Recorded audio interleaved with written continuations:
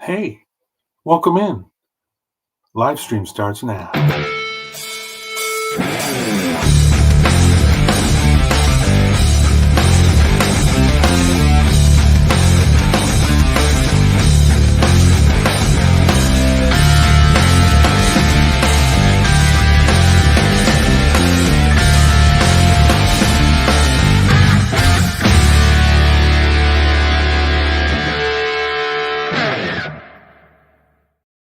Oh, welcome in, everybody. It's Mikey Wine here, aka Gun to Morning Works, and we are live. What do you think of that intro? Just a little something I made up. Thought it was kind of cool. Way to start the cool new way to start the sick new opening. Thanks, George. So yeah, this is part 6 of the Super Jerry Maschinen Krieger project. Last week I was closing up the main body and put a magnetic reed switch in and tested all the lighting, got the battery holder in there. Everything's done with that. And I wasn't sure I'd be working on it this week because it was going to be in paint, and there's not a whole lot I can do while it's in paint booth on camera. So I thought maybe we'd be snapping something together. But as it turns out, I got a lot more done than I thought I would. I actually got most of the principal paint done. And so I did my first gloss coat. So now we're ready to do some panel lining and maybe even some decals. So I got 2 sheets to choose from. We can talk about that and look at them and see what everybody in the room thinks. What's up, Nick? How you doing? And George is in the room. And let's go down to the bench here, and we will see what we got. So I'm going to bring in the close-up shot. So here's the main body. I got the legs here. These are all painted up, and I did this in a like a muddled paint, kind of like similar to the way I do aircraft painting, where I started with a flat black base and then used some white, a white kind of random pattern. I tried with a stencil, but it just wasn't working out with all these irregular surfaces and curved surfaces, so I had to do everything by hand. And then I went over it with the main body color, which is Mr. Color number 60. No other mixture there, just straight out of the bottle. And so that kind of gives that uneven paint, kind of that muddled finish. I didn't do that pattern on the legs, actual framework of the legs, just all the main armor and body panels. So you can kind of see that here, and then you can also see it on the body itself. I've got the camera here. There's my 3mm flickering amber LED in there, and then I finished all the rear engine area here with the little crash bar, I suppose, and this little shield here. That's all glued in place. On the bottom is where you can see all the seams have been addressed. There was a big seam going across the whole bottom of this bottom plate. That was all closed up and finished and painted. So I've got over here, this is the rear hatch for my battery access, and that clicks on just like that. So there's the rear body. That's the way it's going to look. And then I can access my either pulling the door off here or just through the little vent here. There's my reed switch where I can install my magnet and turn the lights on. You're not going to be able to see anything right now in the cockpit, obviously, because I got it all taped off for painting. I just took the masking off of this so I could do some touch-ups around the edges of the lens here for the camera. And then when I get ready to flat coat this thing again, I'll probably end up masking that back off and going on. What's up, Mike? Dang, I missed the opening. Well, I can play it again. Super easy. You want to see it again? We can do that. Watch this shit.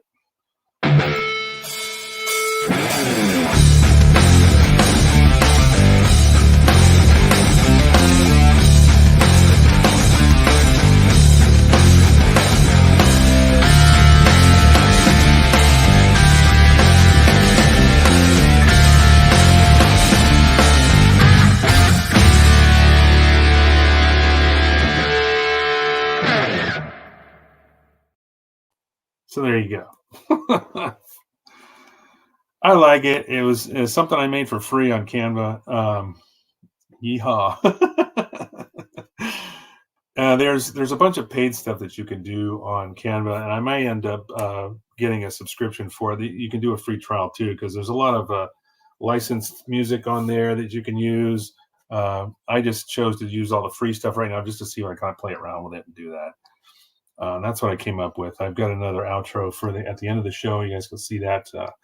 If you're sticking around for the entire thing, we'll see that. And I may do some decals tonight. But I'm going to start with panel lines, which is something pretty easy to do. But what I do want to talk about first is the decal sheets. Okay, so this is let me start with this one. This is the sheet that came with the kit. And the paint scheme I'm kind of going with is the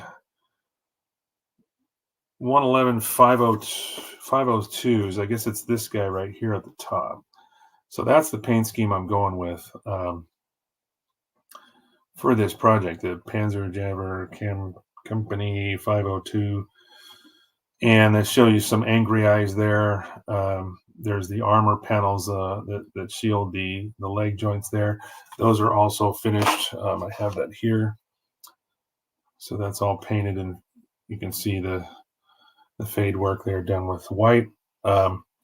So getting back to the decals, I may use these little angry eyes here and some others. But one of the cool things that I didn't know when I bought the figure kit, and the figure set A that I was going to use for this, it also came with another decal sheet. And being a Macross fan, I'm really kind of impartial to skulls and crossbones, so I may end up incorporating some of these here. But I think it's really funny. I really love these dancing eggs. I don't know what I'm going to do with those. I might try to throw one of those on there. I don't know, but there's some of the skulls here. There's some smaller ones here. So yeah, I'll probably end up using this sheet for the rest of the markings, but we'll figure that out later. And I've got my little water dish here and my cup warmer if I need my warm hot water there for decals. But that's where we're at. When I was getting ready to, I wasn't sure where, like I said earlier, I wasn't sure where I was going to end up, whether I was going to be doing any work on this tonight. So I actually glued together the figure here that I'm going to use. This is going to be the mechanic. He's going to be sitting down. I had an idea. I was actually thinking, sit him sitting on a gas can or something like that, which is the way they have them displayed on the box. But I also thought, wouldn't it be cool to kind of break the fourth wall? So we can take my block of wood that I'm going to set this on, make this little vignette, and maybe even have him sit on the edge of it, in front of it.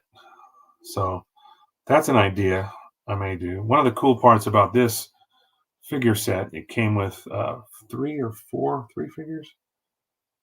I think 3 or 4. Anyway,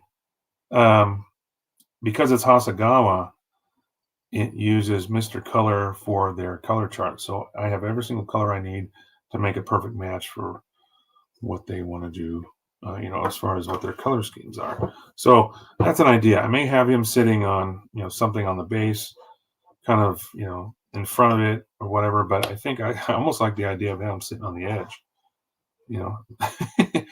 kind of just, sitting there, kicking back. He's got his hand here. I haven't made the little mug. There's going to be like a cup of coffee in his hand there, or beer. We might do a mug of beer. We'll see. Tackle that problem later. So anyway, let's do some panel lining. I've also got the little rocket launchers here. Those are complete as well and gloss coated.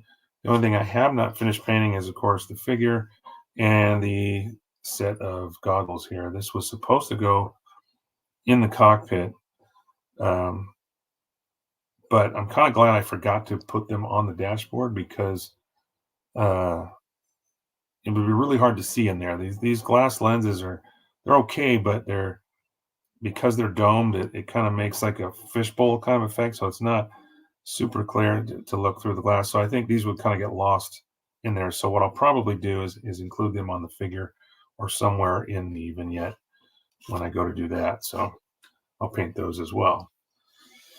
I like that sitting on the edge. Yeah, I like it too. I like it too, George. It just kind of came to me tonight. I was playing around with the finished gluing it last night. I've still got some sanding to do around where the shoulder joints hooked in. One of the kind of interesting things about the plastic that they use for these figures is it gets pretty soft when you use the thin cement on it.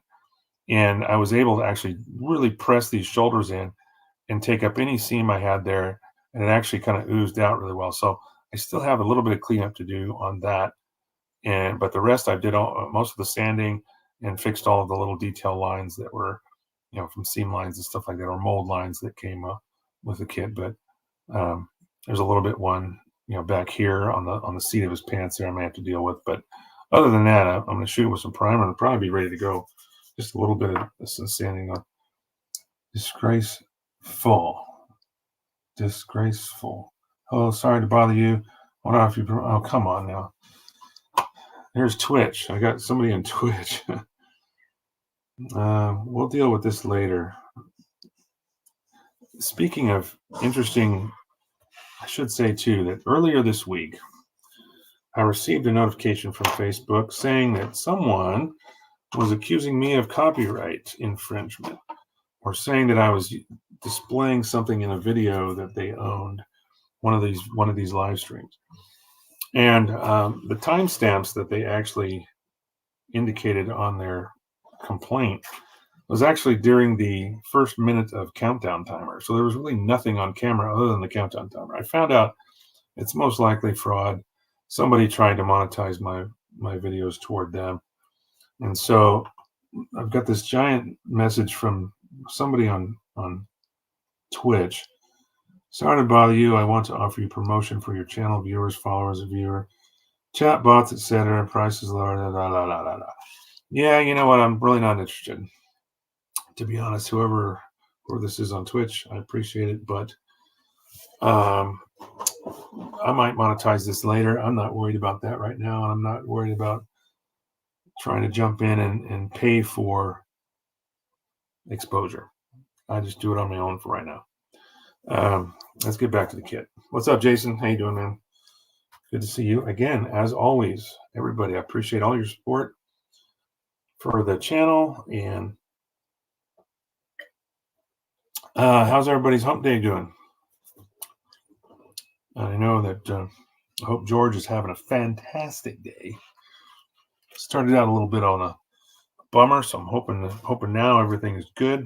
I know I watched his show this morning on my way into work. Actually, didn't watch it. I more or less listened to it. But I mentioned a couple of weeks ago about the instructions of this kit being entirely in Japanese. So if you're not careful, and being the first Maschinen Krieger kit that I've ever assembled, I didn't know that you really need to pay attention to the translations and make sure that you're reading everything, because I'm looking at pictures like we always do. And it's like, oh, okay, cut this part off and glue it here. And you just look at the pictures and do it.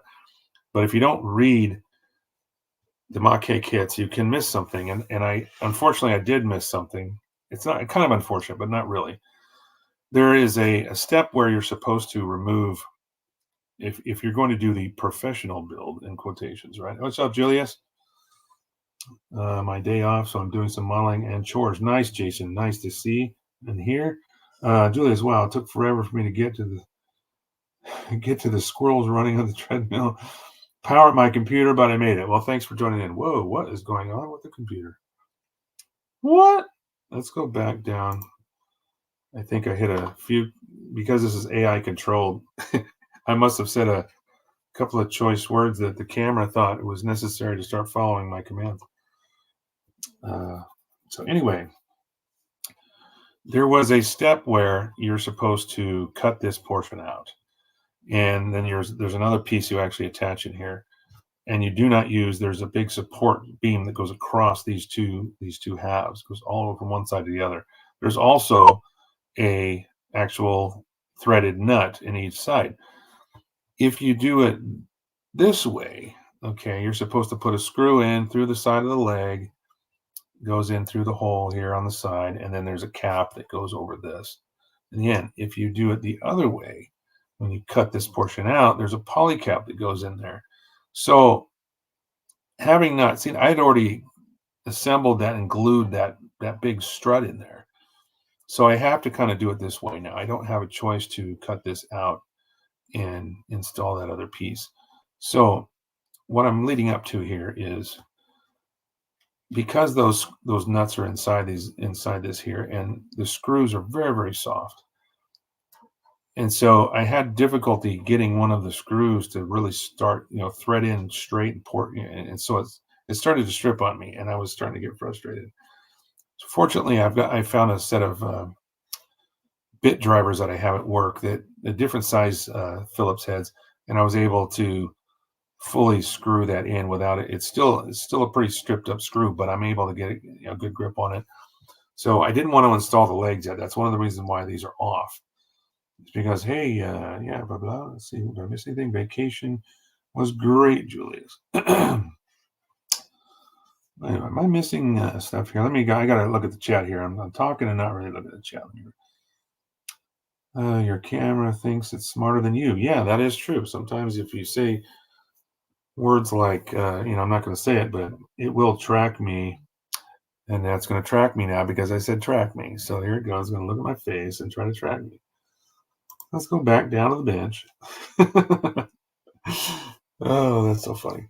And the reason it's doing that is because it was zoomed in when it's looking down. So when I say those two words, those command words, it goes back up and starts trying to do that with the same focus, the same zoom. So normally I would do that with when it was zoomed out, so it wouldn't be as bad. But anyway, Voidbringer, what's up? Welcome in. Sweet, a bit late, but still early. Yeah, no problem at all.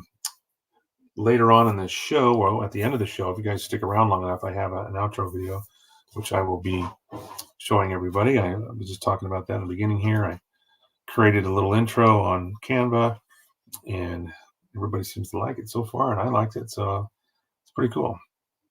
I'll keep using it. So getting back to this, I didn't attach the legs yet because I've got to be able to manipulate it a little bit easier for doing the panel lining and decals and stuff, and maybe even some weathering before I do final assembly. Because when I attach the legs here, there's also some ports on the bottom where springs have to be attached, and there's a lot of stuff going on with the attachment points here. And then as well as these, which have to, let's see, the white is on top, so it would be this side. These are going to be attached here.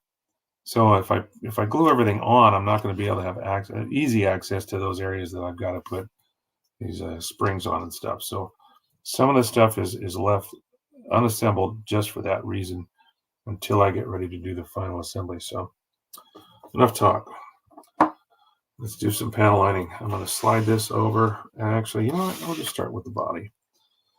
I have seen a few Lincoln Wright videos on Paint on Plastic Facebook. That's his page, where he'll take an entire, a huge brush with thin down enamel black. Hey, what's up? How you doing? Left with questions in the house. What's going on, buddy? So I've seen him use a big fat brush with thin down enamel and just soak it in black and do it, grimy finish that way. I don't know if I'm going to go that extreme, but I'm going to start with what I know, and that's basic panel lining. I'm going to highlight all those areas, and then I can start adding some of that grime and stuff later. So far, I've got all of the little bolts. These were each individually glued on. These little bolts that go all the way around. There's several of those that were glued on. There's also a piece of fiber optic that's in the top of the engine here. I forgot to mention this little spot right here. You can see it right in the middle. There will be a red light there. There's even one in the grill. It's kind of hard to see because of this piece on top, but it is there. If you know where to look, you'll see it. So good. Thanks, Jason. And like I said earlier, I wasn't sure if I was going to be working on this. I thought I might actually start building the Quilliam Rao from Macross, that big kit I got during Christmas or just after Christmas when it finally showed up from Hobbylink Japan. But I got enough done in the paint booth this weekend. I was able to go ahead and what's up, Tom? I was able to keep working on this because I got most of the principal paint done. All the main body colors are down. Now it's just a matter of doing the fine touches and adding some decals. Maybe I don't know if we'll get the decals tonight, but I did prep some water just in case. So I'm going to start with this. It's usually what I do on the first gloss coat is I'll usually put my panel lines down and decals. Then I can go back and there's little antennas, there's all sorts of stuff. Then I can go back and start adding the other weathering details later.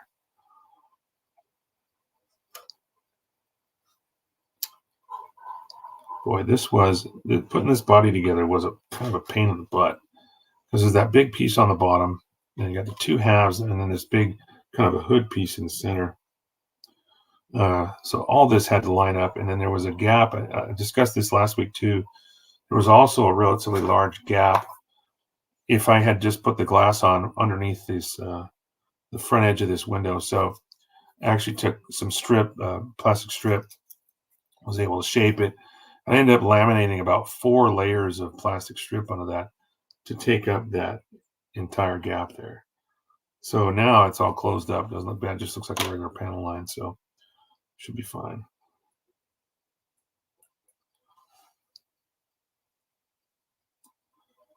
P-Banda has 4 new items tonight. Nice. If I was actually I'm not overly concerned about P-Bandai stuff.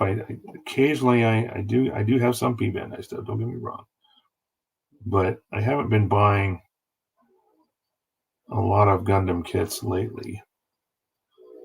You do this hobby long enough, you do what calls to you. When you have a big enough backlog, I'm not gloating. I'm just saying I have enough to choose from. But every once in a while, it's just like that just doesn't. I don't feel like it. I'm not feeling it. I'm not feeling I've been doing a lot of Macross kits and this Mackay Star Wars stuff. I've been kind of staying back from Gundam. I might do a main battle tank, a 135. I've got that. That's a pretty big project though, so we'll see. HG Hazel Alzla up on P-Bandai. Well, that's cool. For those people that don't know, the new ones in the room that I haven't seen before, I have an Amazon shop as well. And I believe the description's in the link, or the link is in the description, I should say. I have that backwards. Head over there, see some of the tools and supplies that I use every day in scale model building. And pick something up. The prices of the items do not change. The sellers that sell them, I'm just sponsoring what stuff that I've used time after time. And if I do get a little bit of a commission if it qualifies. I don't even know what qualifies. I'm just new at this. I'm just playing around with things. I'm not too worried about it.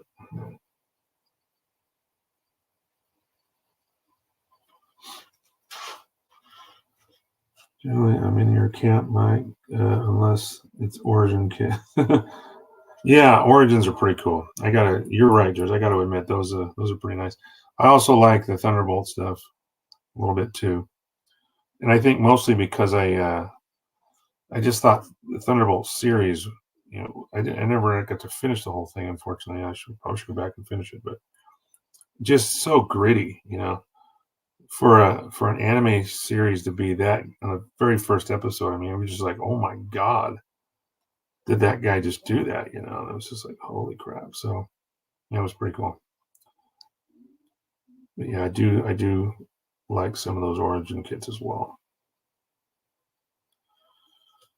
Yeah, it was dark. You bet. That's what I'm talking about. It was just like, good God, right from the beginning. Right when that guy opens up the cockpit and sticks his pistol through the door, he's like, oh my God. Just something you never saw before. Just never happened in that that capacity, I should say. I haven't watched a ton of Gundam series, but the ones I have seen have never been that gritty and that dark. Thunderbolt designs are the bomb. Yep. Yeah, I agree. I actually sold to a friend of mine. I had the big MG Psycho Zaku. It was one of those I was like, I'm going to build this, right? And I bought this big, huge kit. And then a friend of mine was like, I really want to get one of these. And I said, well, I have one. I can let you have it, because he wants to do something crazy with it. So I ended up selling it to him. Uh, but I still have the Thunderbolt Gundam. I still have that one. I'm not going to let that one go. I'll hang on to it, and then we'll see if that one ever gets built. We shall see. You just started Thunderbolt manga. Nice. So George says, anyone read the Thunderbolt manga? No, I haven't read it myself. Not sure if anybody else in the room has, except Mike.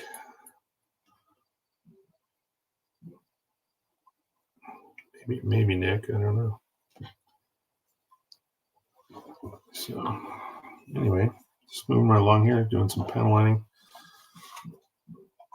I'm gonna go back. I've got my AK and odorless enamel thinner that I end up using for all of my panel lining anymore. I just like the way it's very clean, and of course it's in the name. It's odorless. Works really well.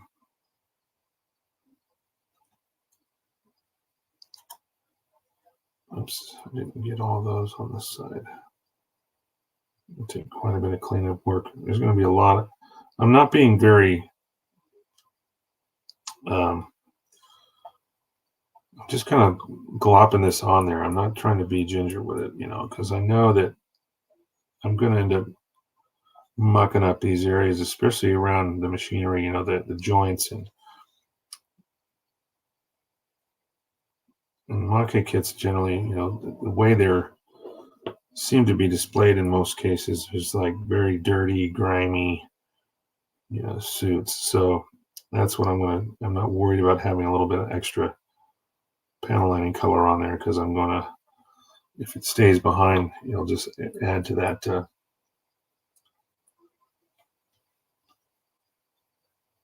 add to the effect, that griminess of it. This kit even came with some copper rod, very small copper rod, and that you could bend into your own handles.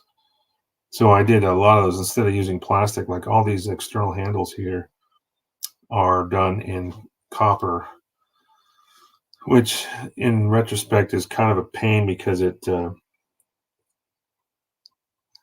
doesn't take paint very well. It chips off very, very easily.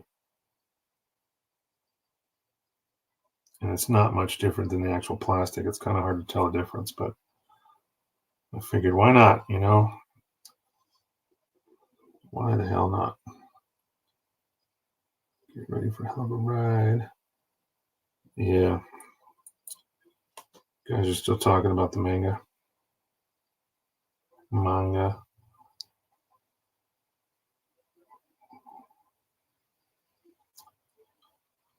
Don't ask me how to pronounce it.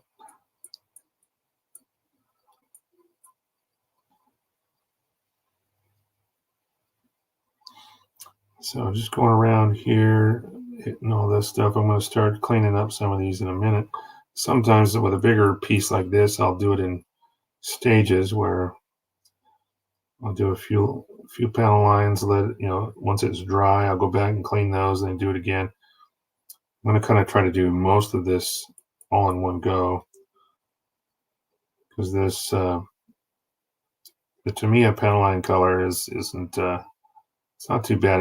It's also a little bit more durable than, as far as harder to remove than the Mr. Color accent colors. They typically are easier to wipe off, and with these I kind of want them to be a little bit harder so you can even create some streaking with it and stuff like that as well. But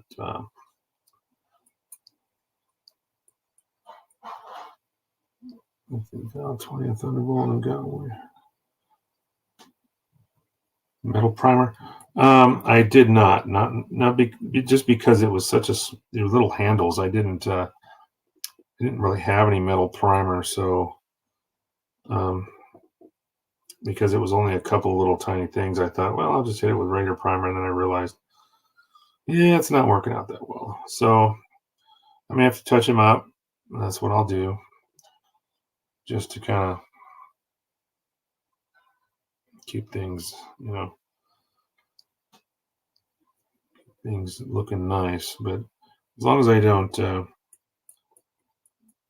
handle them really roughly, just like these little tiny handles and stuff, if I leave them alone, they're fine. It was only because I had been doing I was handling it a lot because I was painting everything and trying to glue a bunch of pieces on, because this whole back engine bay, it's kind of complex. It's got there's some diamond plate down there that I hand painted with burnt iron. And there's some tubing, which is done with springs, and some panel lining stuff. I did all that before I glued all these pieces on there, because I knew it would be a lot harder to get in there once I had it all together.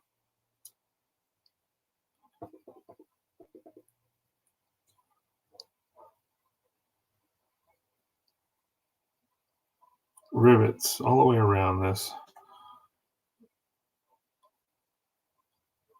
I was saying earlier, I used a paint technique that I've done on aircraft where I had the black primer on this, and then I took flat white, just did kind of a random pattern on it. I tried using one of these stencils here.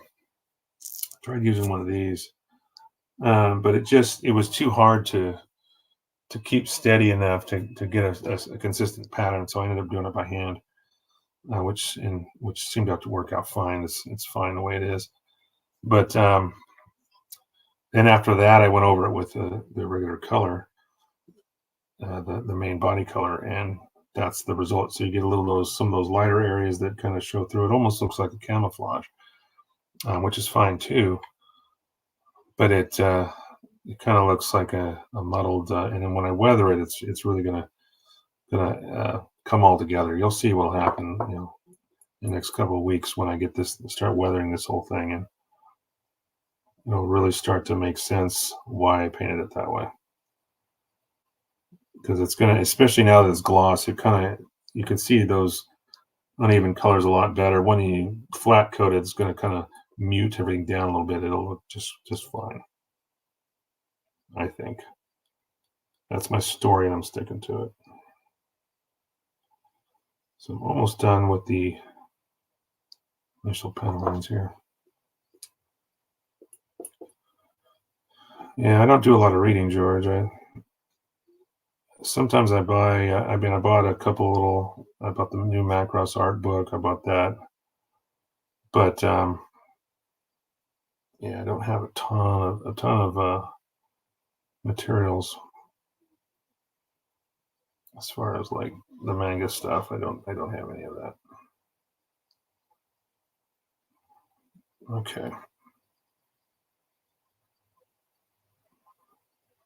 There's also a red fiber optic down this nozzle as well, so that one shows up. Of course, because the windows are all taped up, you can't really see much in the way of lights in the cockpit. Yeah, that will be revealed when this is pretty much done, because once I finally flat coat everything the last time, then I'll be able to remove the tape, and we'll see. I may have to do a little bit of touch up with the panel lining around the main cockpit glass, because this has kind of a border to it. So there will be a little bit of touch up work to be done there. But other than that, that's it. So I'm going to stop with this piece, and then we'll start cleaning this up. I use Daiso Q-tips. These are blue. There's a pointed end on one side and a red end. I like the blue Daisos because they don't shed as much lint like a normal Q-tip does. They will, over time, if you use the crap out of them, they will leave some fibers behind, but I think they're a lot cleaner for doing panel lining and stuff like that. So I really prefer them over standard Q-tip, and they're really, really, really nice. So, all right. Again, using AK odorless enamel thinner. And I bought some of this white spirit thinking it was the same. Essentially, it is the same, but I'm not going to use it in this case for cleaning my panel lines. I'm going to continue using the odorless thinner. I have this. I can use this for other applications, so we'll save that for another day.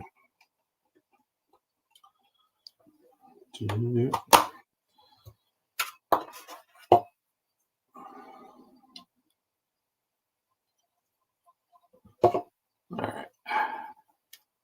Oops, I just realized I missed a little one of those nuts over here. Those bolts that are molded into the side of this thing. I just missed one. So we'll just put a little dab on there and be done with it. There we go.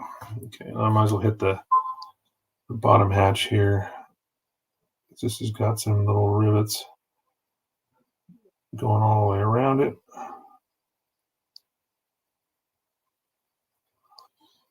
I like the way the white paint showed up when I did that muddled kind of finish to it. You can see, like these especially, the way the white came out, because that was just really the same white paint I was using to make that pattern. I just sprayed it on, misted it on until I got the desired effect, and then I stopped, and then I just took the grain and went over the top of that. That's how I produced that effect. I think when it's flat coated is when it really looks awesome. So it really looks the way it's supposed to. You guys will see that maybe next week. What's up, Pabs? Chris Pabs in the house. How you doing, man? Good to have you. So I had my little intro video. Missed out on that. If you're hanging around long enough for the outro, you can see that one. Man. I mean, you guys saw it. I think I sent it to you anyway, so you probably saw it already. It's mostly for the people that don't that aren't in the family chat rooms that we use. All right, I'm gonna slide in here. Just cleaning up my panel lines now.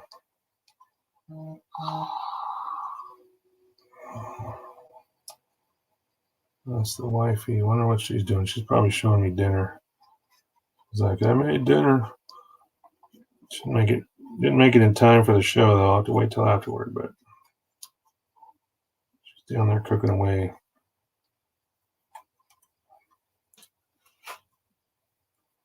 So that's what's nice about having these Q-tips with two different tips. Like I can get in between these little tight areas here with the that tighter little tip there on those And with the Tamiya panel liner, especially when it's dry, I kind of typically just go over it. I'll soak it like this. I'll just take some of that thinner, put it on there, let it sit for a second, and then when I go back over it, take up the excess and leave the panel liner in those edges where I want it. Take care of the excess.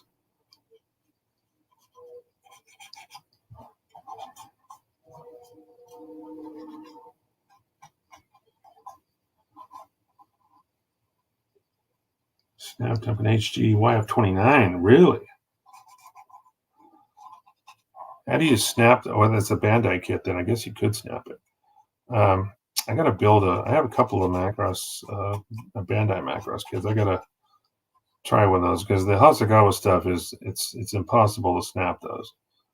I mean, they got to be glued. That's all the way it is. The way they go together, they don't have the type of pegs and pins and stuff like that like the Bandai kits do, especially a modern Bandai kit. So you have to glue them together. So I'm curious, to try one of those out, those Bandai ones, just to see if you can actually snap the whole thing without Hasegawa was an old school design. Yeah, that's true.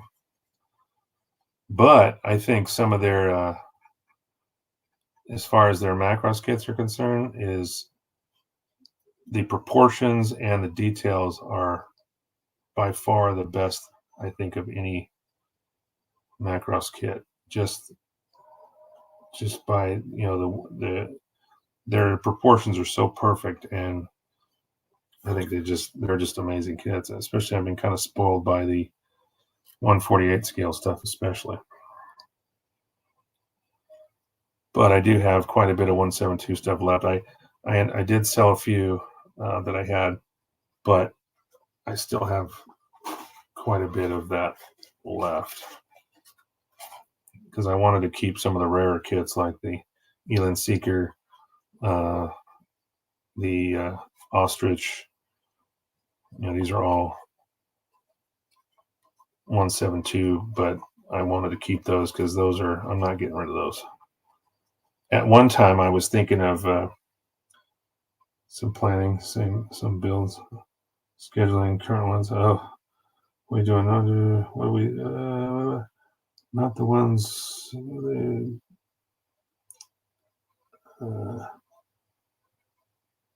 Okay, I'm missing some of this. You guys are Bandai are all snap builds. Yeah, that's true.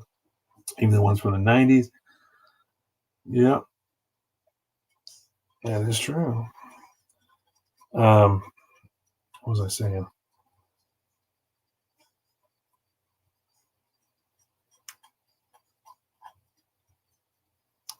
It's too bad that I can't remember. Does Bandai have color codes for painting in their kits, or do they use Tamiya as their base? I can't remember.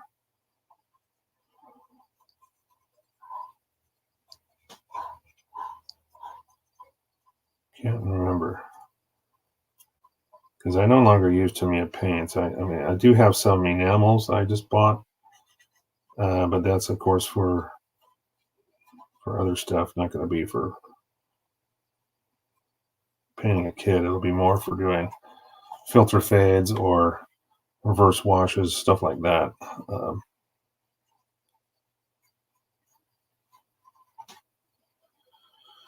Did you ever complete that 6 foot? Oh yeah. I heard about that. Did you ever complete that 6 foot FFS or FSS model? That was it's halfway there. I'm currently on the arms 5 years now. Wow, that's huge though. I mean, good God, I cannot imagine building something that big. I mean, 1/48 scale stuff is big enough, or even the 120 Gerwag was huge. But I can't imagine trying to do something in a scale of what was that, 1/35 or something like that? What scale was that?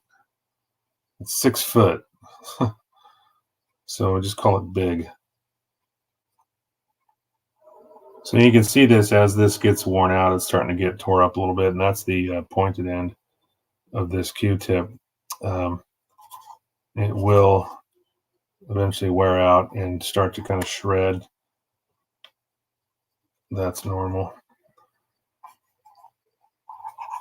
So when you get done, what I usually do is sometimes when I use up one end, I'll just take my cutters and clip them off, and then just use the other end till it's done, and then toss it.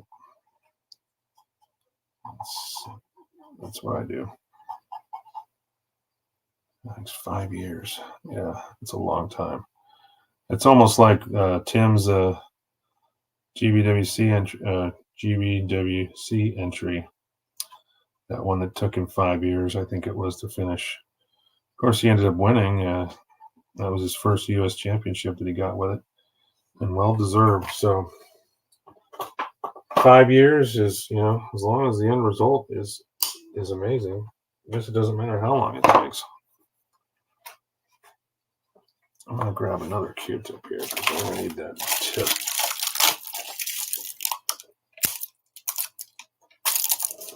I'm just popping open a couple of new ones here because getting down in this area here, I need the sharper tip. It's easier to get down in between all these little surfaces and scrub it out. The cast is 25 years old and really needed a lot of work. Thousands of pieces, big and small, resin die cast. It all needed work. And on top of all that, it's articulated. Holy crap. Yeah, I mean, just the weight alone, the weight of the resin has got to be astronomical. I mean, how do you do? I mean, do you pin something? Is it held together with screws? I mean, how the hell do you build something that big in resin? Damn. Is that a commission you were doing? I imagine it is, right? And if so, it's like, what's this guy paying you? 20 grand? 30 grand? I mean, I don't know what I'd be charging for a 5 foot or 6 foot model of someone to have me. That's like life size. Some people. It's polycaps and ball joints. Holy crap. That big? Polycaps? Really like the size of, my fist? Holy shit. It's huge. It's crazy. Let's see what this picture is. Just send me real quick. Oh, sent me an image. What do we got here? Oh, looks like dinner. Yep. Oh, yeah. That's good. That looks amazing. That's going to be good when I get done here tonight. So we're still cleaning up some of these panel lines here.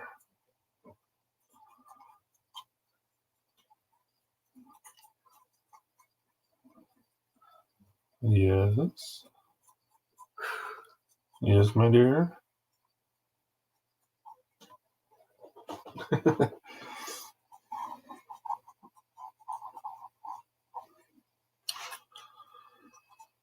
So I'm working on trying to make sure that I'm still in frame. I actually put some tape on my desk here. You can see those little black pieces of tape. That way I was. Not that I know of. No, you don't think you brought those in. So anyway, I'm trying to make sure that I stay in frame, and I apologize if I go out of frame sometimes because I start working and I tend to draw my arms in close to my body, and I forget that I'm drifting off camera, especially on the close-up. So it's too bad you guys can't yell at me through the text messages, but if I ever get a little askew, I apologize.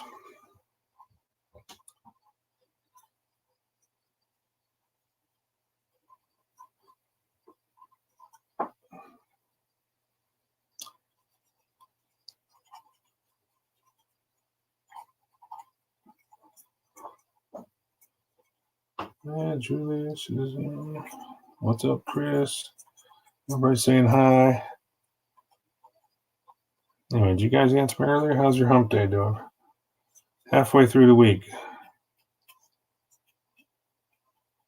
I was kind of reflecting on last year a little bit, especially when New Year's hit, because I didn't realize that with all the turmoil that happened last year, it's kind of hard to believe that it's been nearly a year already since my mother passed away. And it's coming up in February, but it's like, wow, man. So much has happened this last year till now. It's kind of crazy. I'm just glad I have this community. I'm glad I have my friends, people that I see in these rooms every day, talking to them, sharing, experience and stuff like that. It's what keeps us going. So it kept me going for sure, along with family, of course. But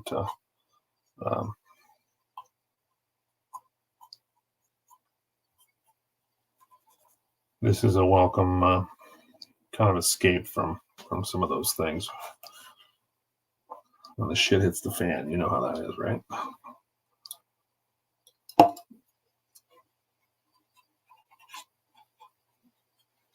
And it did. Last year, it certainly did. From about April on. I mean, before that, in February when my mother passed away, but then it just escalated from there. And I've shared some of that with you guys personally, not on camera here, but I did talk a little bit about it, but just a royal shit show in some cases for a while there. All right, so we're getting down to this piece is just about done. I've got a few more around the edges here. There's actually going to be some antennas mounted on either side. There's one here that's going to be mounted. There's some little pieces that I did not want to attach yet, just because this kind of stuff, doing this with the Q-tips, I'd probably end up knocking that shit right off or breaking it off or worse, so I just left those pieces on. Those are the fine details that we'll put on in the end. Just going to give it one more once over here. Whoops, I got a little bit more under here on the bottom I missed. Life certainly does not hold any punches. That is very true, Julius. And Mike says, oh man, yes.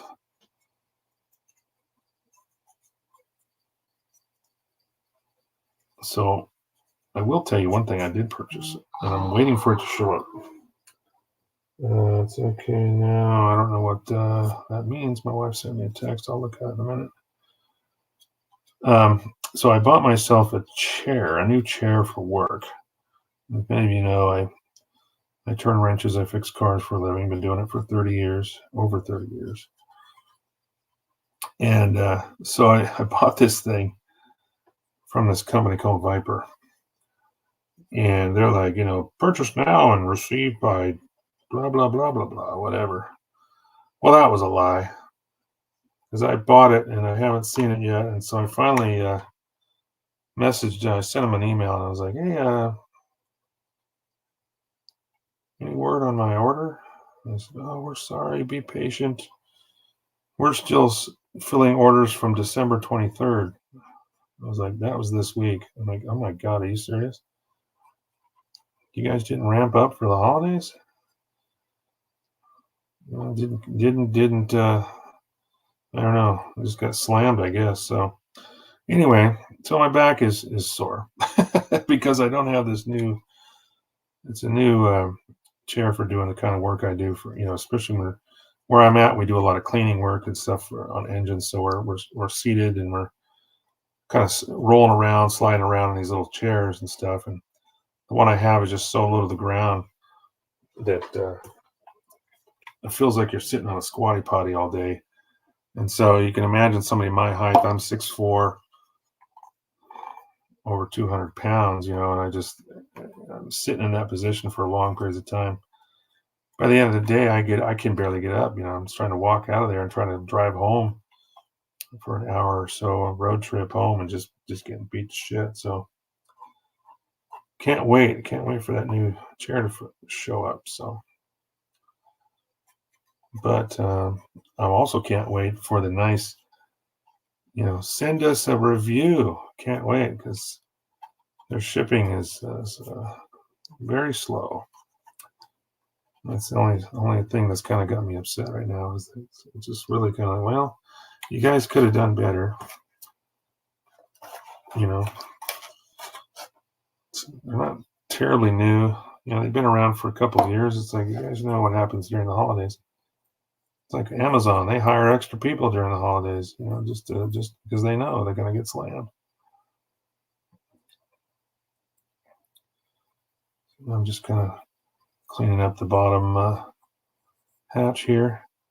Again, I'm going to be applying several different weathering techniques during the process of this. I'll be using a lot of the Tamiya pastels and probably some oils.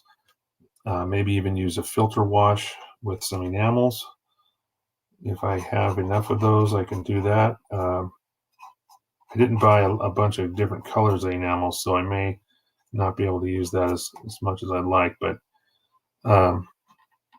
yeah, the enamel filter wash really does a good job of making it look grimy.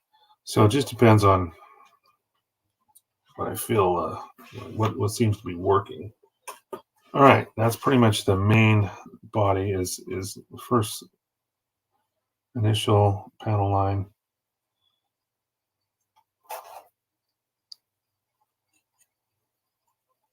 I'll just clean this up and a little bit more. There's a couple of these little nozzles everywhere, and they're kind of hard to get clean, but all right, that looks pretty good. All right, so I'm going to set this piece aside. I'm going to grab one of these legs now. So this is actually we'll put I showed this already, but I'll bring it a little closer camera so you can see it. So you can see that finish. I just wanted it to be that kind of that uneven, almost as if, you know, military vehicles that are out in the field, they get repaired and painted, so their paints are patchy and faded, and that's what we're kind of trying to achieve here. So when this is weathered and flat coated, there's going to be a lot of chipping on, especially on the shield here and the foot. There'll be quite a bit of chipping there, and then so once it's weathered and flat coated, it should really come together. Let's see, we're at 7 o'clock almost Pacific time. Anybody got any refreshments tonight? I'm drinking some nice wine.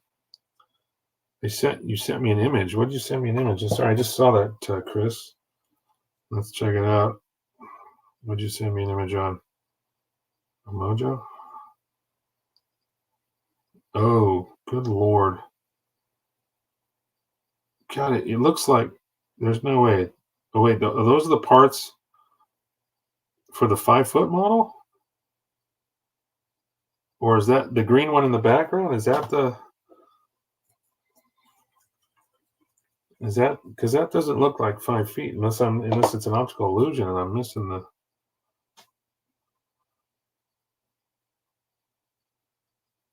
Wow. I think that's something else. Anyway, you can answer that question, Chris, if you want. I can see the bins and all the polycaps, but they don't look that big. I'm surprised for the scale of it. They're not larger. So I guess, let's see, I guess we'll start at the bottom. It's a tricky way of painting this because there's kind of nowhere to hold on to it. So I actually just took a toothpick and put it in through the hole here where the screw hole is. And so once I held on to the tip of the foot here until I got right down to it, and then I just stuck that toothpick in there and painted the rest of the foot. It's one way to solve that problem, not having any real pegs or anything to hold on to.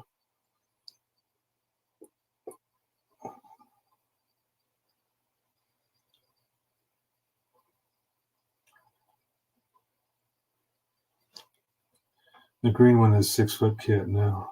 Now it's 2 foot tall. It's only halfway down. Holy crap! Wow. I'm gonna look at that again. It just looks so slender. That's why it's kind of deceiving. Wow. Okay. Good lord.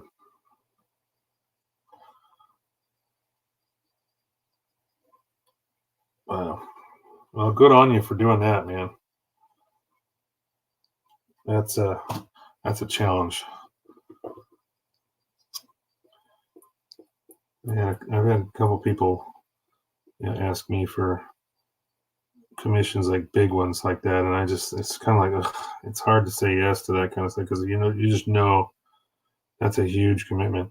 That's why I know some people don't do commissions. I don't do a lot of them. I do occasionally. I just do what I don't take every single commission. If somebody asks me, "Hey, can you do this for me?" My first question is, "Do you have a deadline?" I do not do deadlines. This is a hobby. I do it in my spare time. We spend time at the bench. We do the live streams like this now. I've only been doing this for a little over a year.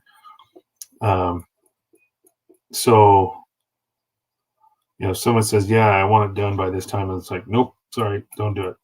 I won't do deadlines." I'll put a Saws Beaver Con next to it. That'll work because the Saws is a huge kit. Um, 'Cause I built one of those. I know how big that is. Um, you don't have enough room to work on anything that big. You just send me that picture, Chris. Yeah, let's see what he got. Let's see what we got here. Oh,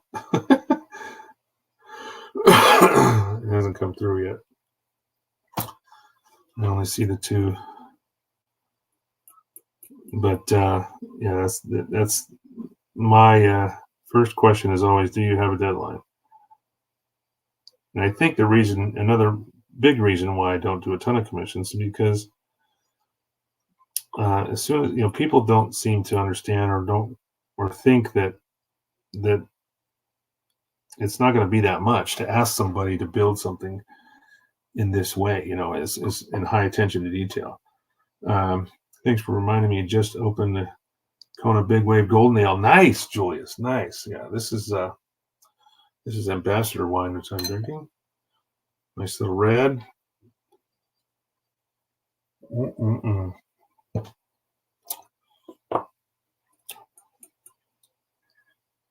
So people just don't seem to understand. My time is worth something, and I charge what I charge. If it's too much, it's too much. It's not for everybody, and I don't feel bad about it. And I don't.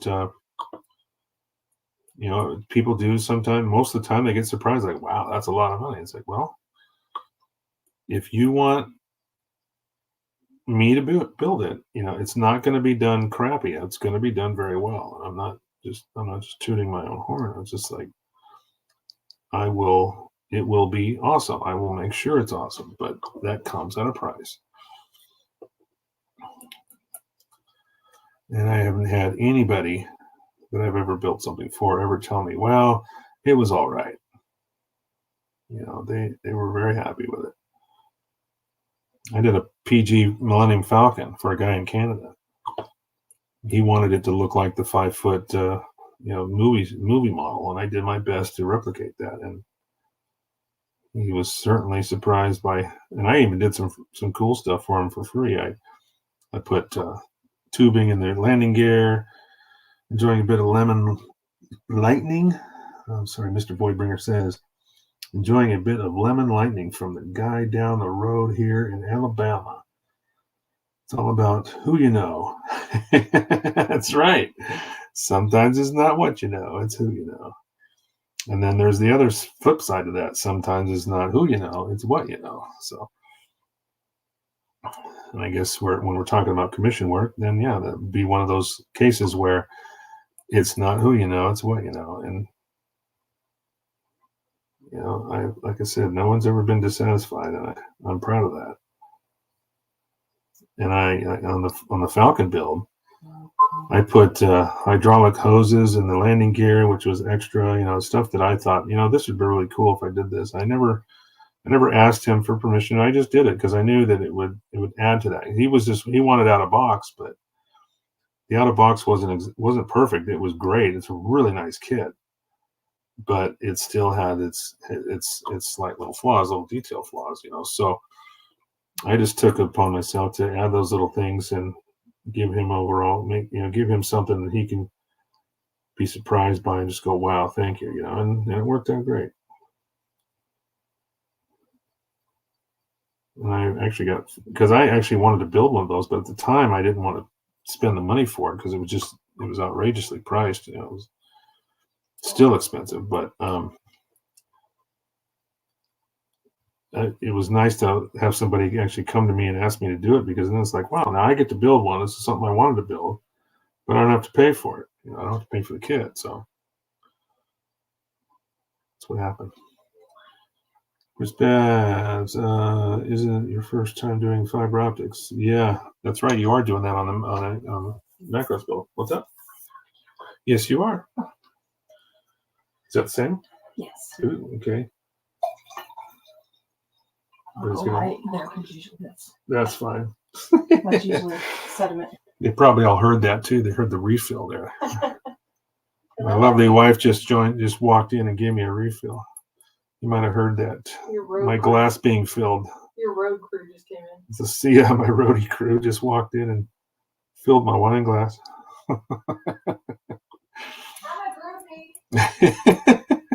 She's a groupie. She knows how to do the roadie walk, where you walk in real low and let the band keep playing around you. I married well. Yes, I did. Yes, I did, Mike.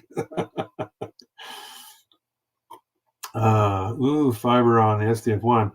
Which size? That's the 1/4000 scale from Hasegawa, I believe, right? Right, Chris? But you're doing the fast attack version, aren't you? Or you're doing the cruising mode? Can't remember. I did the cruiser movie edition one with fiber optics. That was my first delve into fiber optics, and I was quite happy with the results.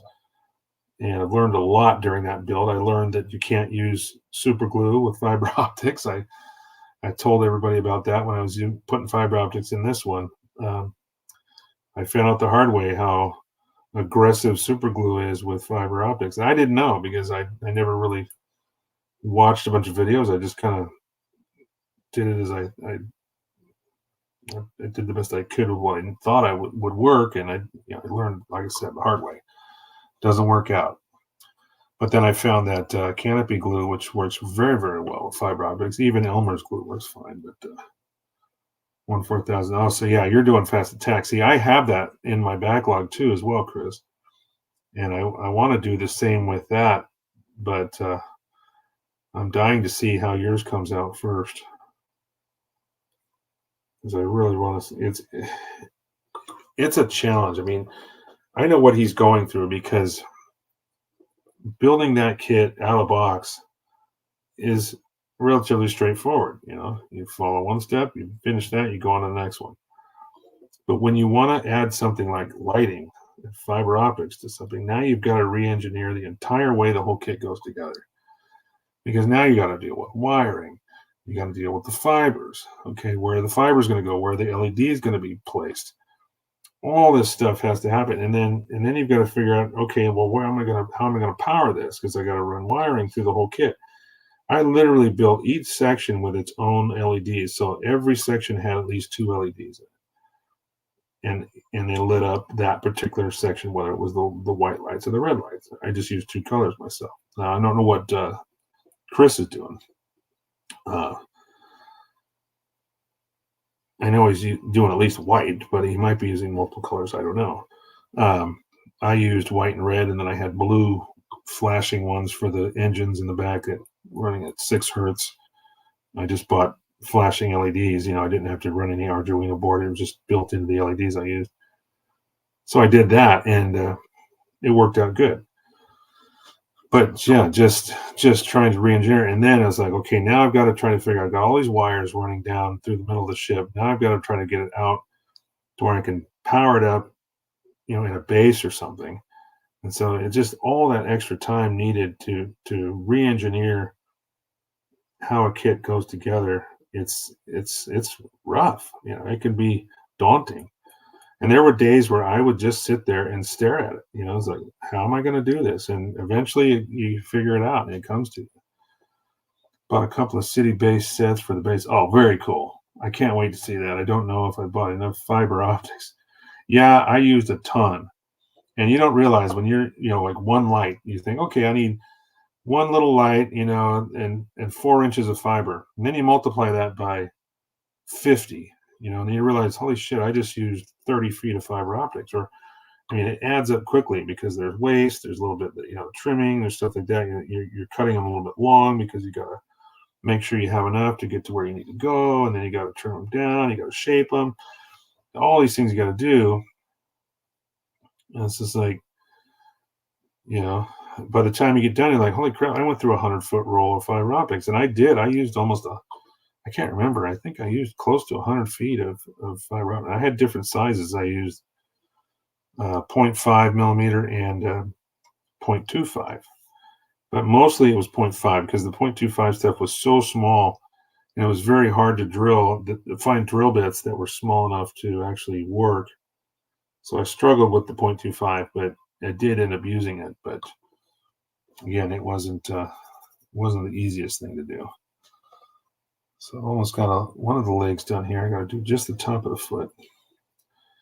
I have a shuttle Tiderium. Yeah, I built one of those when I was a kid. That was pretty cool. This is the old MPC kit, or is it something new, Mike? Was it MPC or was it what's the other brand? Can't remember what they call it. Oh gosh, I just bought the freaking. I just brought the Razor Crest, AMT. I think AMT. Is it AMT kit or is it one of those others anyway? But yeah, what are you talking about doing? I say flashing wingtip lights. Yeah, you can buy LEDs that flash at different frequencies, MPC or AMT. Yeah. I found it just because I didn't want to. I'm not that smart when it comes to like programming stuff like that and Arduinos, and it's probably very simple. I just haven't taken the time to educate myself on how to do it. So I bought flashing LEDs that just flash automatically. They're built into the LEDs. So if you wanted them to blink at say one blink a second, you can buy an LED that will flash in 1 hertz. And 1 hertz is once per second. So if whatever you wanted to flash at, like when I did the STF-1, I wanted the engines to flash at as fast as they could. So the fastest I could find was 6 hertz. So that's 6 times per second. And it worked out good. And then I had the static lights were white, and I had red flashing lights at 1 hertz as well. So the blinking red lights were at 1 hertz, and then the blue engines were flashing at 6 hertz. One of the things I did learn in that process was anytime I used flashing LEDs, you have to be careful with if you tie them together with a static light, because unless you're using some other kind of a program board or Arduino or something like that, the voltage drop because of the pulsing of the lights going on and off can cause your static lights to pulse as well, because the voltage is changing. The voltage drop is changing from being on off, and so it was causing my static lights to pulse, even though I didn't want them to. I just wanted them to stay white, stay solid white. So I ended up creating 2 circuits. I had one for all my flashing lights and one for my static lights, and that way I got the desired result. It's probably there's probably a simpler way to do it. That was my solution. That's what I came up with in the end. It worked, but certainly would have taken more time for me to figure out how to fix that problem without and only have 1 battery. So I ended up using 2 9-volt batteries in that, just like I said, but it worked. And I put a nice base with a little slide out drawer so I could hide the batteries in there, and I had plenty of space. It was just It was the easiest solution to my problem, and I'm still learning. Every time I do work with LEDs, I always come up with new ideas and new solutions to things like that. I'm sitting in my hobby room, scratching my head, trying to find an unboxed model kit. I don't remember where I put it. Did I put it in a different box? Yeah, that's the problem, Julius. But I don't know if we got enough time tonight to figure that one out. You're going to have to see if you can figure it out before we got about another 15 minutes or so. We're wrapping this one up. Calling it a night. It's been a good show so far. I appreciate everybody coming in and hanging out with me tonight. Continued support of this channel. I really, from the bottom of my heart, I appreciate each and every one of you. And you guys hang out long enough, you get to see the little outro video. Just a little something simple, something I created on Canva. George is tooling around with the idea of moving over to YouTube, moving over to the tubes, as he calls it. I haven't had any issues with it. I like it.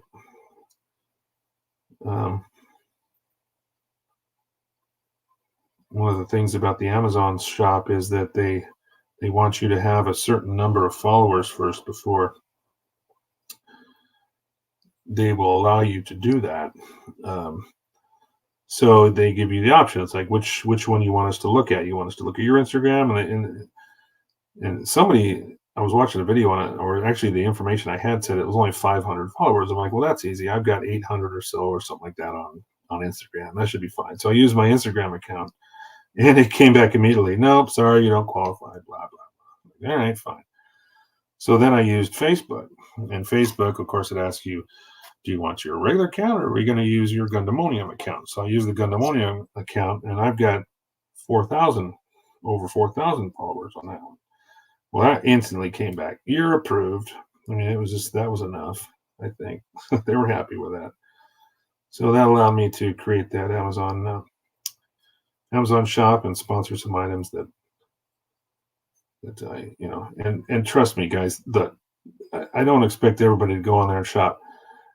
You're going to be able to find some of those things cheaper, in Japan or something like that. I mean, I don't make up the pricing on it. I'm just sponsoring the items that I've looked at or bought, stuff that I use every day. And, it's, if you find something and it's all in one place, it's easy to find. And maybe there is something on there that's convenient for you and that can be shipped to you in a couple of days, because Amazon's good about that. And the shipping's free and stuff like that. I know shipping coming from Japan is kind of pricey right now. So it's not for everybody, but it's there. It's a resource that I'm just trying to help people out. Create a little bit of resource for someone where someone can go and look and find stuff that they need all in one place. But again, I don't make the pricing up. Some of this stuff is ridiculous. Like I went on there and I had some like BMC chisels on there, and it was just, oh my God. Stay away from Temu. Yes, I agree. Stay away from Temu. Mr. Voidbringer says, stay away from Temu. And here's why. Because I have personal experience, not myself, but somebody I work with who did not have to pay. I mean, his credit, anyway, it was all rectified by his banks, but he had about $30,000 charged on his credit card, all after ordering from Temu. And Temu's under investigation, from what I understand, and don't quote me on this because there's only stuff I've heard, but they're under investigation for selling people's information. And so this is why you don't want to buy from Temu. This is why I'm telling you. This is why I think you shouldn't. But you guys do what you want. You want to buy from them? Go for it. I'm not going to do it. I don't need the hassle. And he had a couple of nice, it was a couple of transactions went perfect, in the beginning. And then it's like, oh, cool. And he started buying more, and he bought a couple more things. And then all of a sudden, bam, one day, there's his credit cards, just blown away. So, yeah, stay away from Temu. Angel, George moving to YouTube is going to be crazy. Yeah, I agree. I missed a lot of. Wait, what did I miss here? Using nippers to cut your fiber optics. Oh, sorry, Chris. I missed that one. Chris has a good question. Let me show that real. Whoops, where'd it go? There it is. Where did I miss it? Damn it. Everybody's chiming in, and there we go. Using nippers. What I did, okay, now I talked about this on the live stream here a couple weeks back when I was installing the fiber optics. You can use, I was using an old pair of God hands. Now, I don't recommend cutting a bunch of fibers all at once with them. It's tough. You gotta trim them down and get them the same length. That's the important thing. But the point, the challenge is you want to try to cut them, get them as clean, like a clean, straight cut as possible. Okay. I apologize if I'm missing stuff on the chat. A lot of people are chiming in, and I look down and I start, I'm doing these penalites here, and I'm missing some of the quotes and stuff, or some of the comments. But yeah, I took an old pair of God hands that I had a chip out of already, and I was using those because they obviously cut very, very clean. But yeah, the important thing is try to get as clean, as flat, straight cut as possible. So nippers are fine as long as you can do. A single blade one would probably be best. But if you got an old pair, you don't mind getting jacked up, because it is a little bit of a harder plastic, and the more you cut at once, the harder it is on the nipper. Is what I would say to that, Chris. Jordan, crazy, yeah. Sundays for the immediate time being. Okay, very cool. What time, George? Did you come up with a time yet? Because I tried doing Sundays, but it started to interfere with family. That's why I switched to Wednesdays. But I'm not always doing stuff with family now on Sundays. So if you're doing a show and I know about it, then yeah, I will check you out on Sundays for a show. George is almost AliExpress spokesperson. That's true. I'm using your list for my wish list. Very cool, Voidbringer. I appreciate that. I do. Time to retire. You're going to retire? You mean from the stream tonight, Angel? Or TV was malware? Yeah, that is true. Yeah, Tom, I really like AliExpress. Yeah, I do too. AliExpress is good. I used them a couple times already on George's recommendation, and have nothing to complain about. They say they're going to deliver in a certain time, and they always come. They seem to come through. They kind of overkill you on the emails, because they want to make sure your status of where your order is in every given moment. So, but they certainly do make sure you have all your information. In fact, a lot of times the items show up before they even expect them to, and they don't even know they're here yet because. Shit. Okay, here we go again. I'm getting close to my chest here, not watching. So we got a few minutes left. I'm going to try to finish up this foot here before we go. But AliExpress, I agree, is a pretty good source and inexpensive. Shipping isn't terrible. Again, it's still overseas shipping, so it's can be a little bit pricey depending on the size of the items, but yeah, I've no complaints. And they say like a couple weeks, basically takes about 2 weeks from order to receiving it, and that's about accurate, I think. Am I right on that, guys? I recently use a hot knife and it melts clean. Are you talking about Voidbringer? Are you talking about fiber optics? Use a hot knife on them? Depends on if you're trying to bloom them. If you want to bloom them, then you got to use heat. But if you're just trying to cut them clean, because when I install them and have them, protruding from the model kit, you're going to want to trim them down at the end after you've done all your paint work. And you want to make sure it's a nice clean cut. And that's why I was using my God hand nipper, an old pair of God hands, just because I knew I could get a nice, straight, clean cut. All right, that's one foot, one leg done. So we got the main body and one leg done. We're about 5 minutes left, so let's see what we got. Okay, maybe AliExpress. Yeah, Jason, try them out. They're not bad. You won't be dissatisfied, I think. Use it to install fireworks in the backyard lights. So, a hot knife. Are you talking about for knife is a new one? Yeah, I've not heard that. Are you talking about for the ends that you want the light to come through, or are you talking about trimming them down when you're adding your LED? I'm curious to know what you're talking about, Waybringer. 6 a.m. Oh, it'll be at 6 a.m. on a Sunday, huh? Yeah, I don't think I'm getting up at 3 in the morning on Sunday. I will try, George. Maybe it'll be a PB break.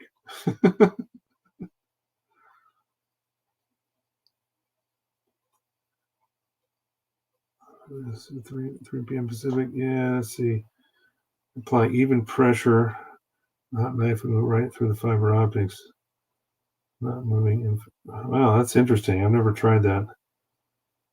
Good news, I found the kit. Okay, well, that's good, Julius. You found the kit. We're in a different box. Let's go back to download here. We'll just go back at the camera so we can see a little bit more. Can't sleep. I joined the IG stream. Yeah, that's true. Don't get up. Just stay up. Be a man. Thanks, Tyler. There you go. There's the answer, everybody.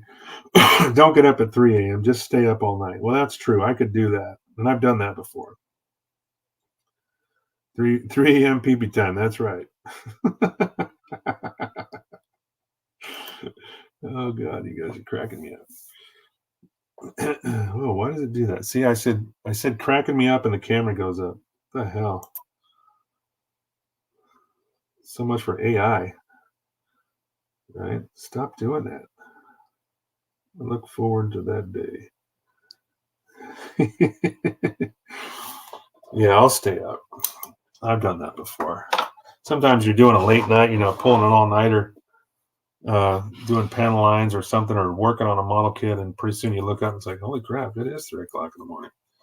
So yeah, I have done that before. I just realized I missed a couple little things on this little roll cage back here. These little joints right here. I did those, so I'm going to hit those real quick, and then I'll clean those up, and we'll be finished. How do you know what time to get up and go? Well, it was kind of funny. What he's talking about is when I was in Arizona last year for handling my mother's estate, it just happened to work out that way where I was waking up in the middle of the night to go to the bathroom, and I was just like, all right, it looks like it's close to when George is going to get online. So I just popped in and waited for his little, notification to come up on the screen saying that George is live. And it became a joke because it was like 2 or 3 days in a row that I actually woke up and watched the live stream, or at least a little bit of it, until I went back to bed. This front end is tough. Oh, you're doing the is it a Mustang or something like that? You're doing that car build? Yeah, that looks crazy, man. I can't believe you're doing the scratch building on that, rebuilding that entire front end like that. That's nuts. Plan to sleep when you're dead. That's true, Mr. Voidbringer. You are correct, sir. Doesn't everyone get up at 3 a.m. to pee? Well, maybe. Maybe. You might be right. All right, my friends. Look, let's get going here. Let's kick this off. Thanks, everybody. Thanks for coming in. You ready to see the outro? I appreciate each and every one of you. Every single week when we do this, again, from the bottom of my heart. You guys support me. I appreciate you. Every single one of you. be good humans. And it's getting to the end of this episode tonight. This has been a really good show. We had a lot of people in, a lot of people talking in the chats. It's been awesome. Yep, George. Need to be accurate. Yeah, that's true, Tom. You want that kid to be accurate. I understand that. If it's not right, you know what? Make it right. That's what you're doing. So, all right, great show. Thank you, George, and we will see you guys next time. Everybody, again, let me bring this up. We'll talk to you soon. And here we go. Peace.